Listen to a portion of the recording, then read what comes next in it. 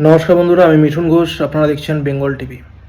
পশ্চিমবঙ্গের দক্ষিণ 24 পরগনার ফলতা বিধানসভায় পুনর্নির্বাচন সম্পন্ন হয়েছিল 21শে মে। আজ ছিল ফল ঘোষণার দিন।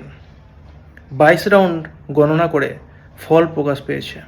সেখানে বিজেপি বিপুল ভোটে জয়যুক্ত হয়েছে। ফলতা বিধানসভায় মোট ভোটার সংখ্যা 2,36,667টি।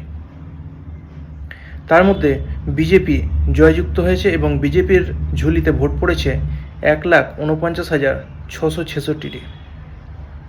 দ্বিতীয় স্থানে রয়েছেন সিপিএমের প্রার্থী শম্ভু কুর্মী। তিনি পেয়েছেন 40,685টি ভোট।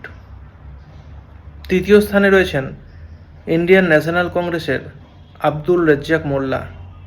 তিনি পেয়েছেন 10,084টি ভোট। এবং টিএমসি প্রার্থী জাহাঙ্গীর খান ওরফে পুষ্পা, তিনি রয়েছেন 4 নম্বর পজিশনে এবং ভোট পেয়েছেন 7,783টি। পশ্চিমবাংলার মানুষ টিএমসির উপর বিতৃষ্ণা হয়ে বিজেপিকে বিপুল ভোট দিয়ে জয়যুক্ত করেছে এবং সরকারে নিয়ে এসেছে। জনগণ সব পারে। এই আজ করতে পেরেছিলেন টিএমসি নেতানেত্রীরা এবং জাহাঙ্গীর খানও।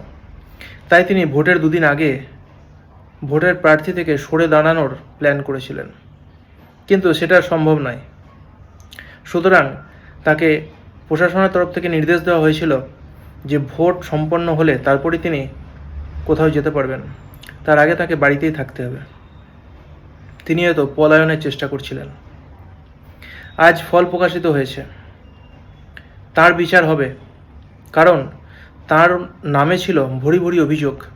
থানায় ছিল একাধিক এফআইআর তার নামে। তিনি নাকি বাড়ি বাড়ি গিয়ে ভয় দেখাতেন মানুষকে যে তৃণমূলকে ভোট না দিলে বাড়ি ছাড়া করে দেব। এছাড়া সন্দেশখালিতে শাহজাহান যে ধরনের মাফিয়াগিরি করতেন, সেই মাফিয়াগিরির আঁচ পড়েছিল ফলতাতেও। নারী নির্যাতন থেকে শুরু করে বিজেপি কর্মীদের ঘর ছাড়া, তোলাবাজি, দুর্নীতি সব কিছু মিলিয়ে এক ধুন্ধুমার পরিস্থিতি।